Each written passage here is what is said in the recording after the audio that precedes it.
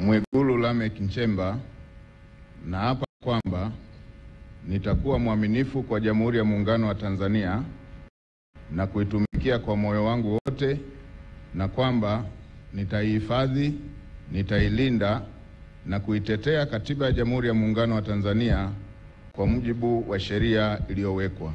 Ewe Mwenyezi Mungu nisaidie.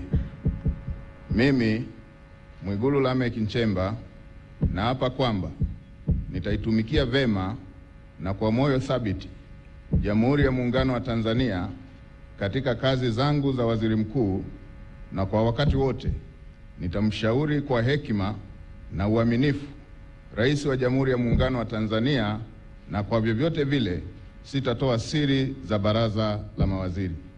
Ewe Mwenyezi Mungu nisaidie. Mimi Mwigulu Lameck Nchemba naapa kwamba katika kutekeleza madaraka niliyopewa kwa mujibu wa Katiba ya Jamhuri ya Muungano wa Tanzania, nitatetea na kudumisha umoja wa Jamhuri ya Muungano wa Tanzania kwa mujibu wa Katiba ya Jamhuri ya Muungano wa Tanzania.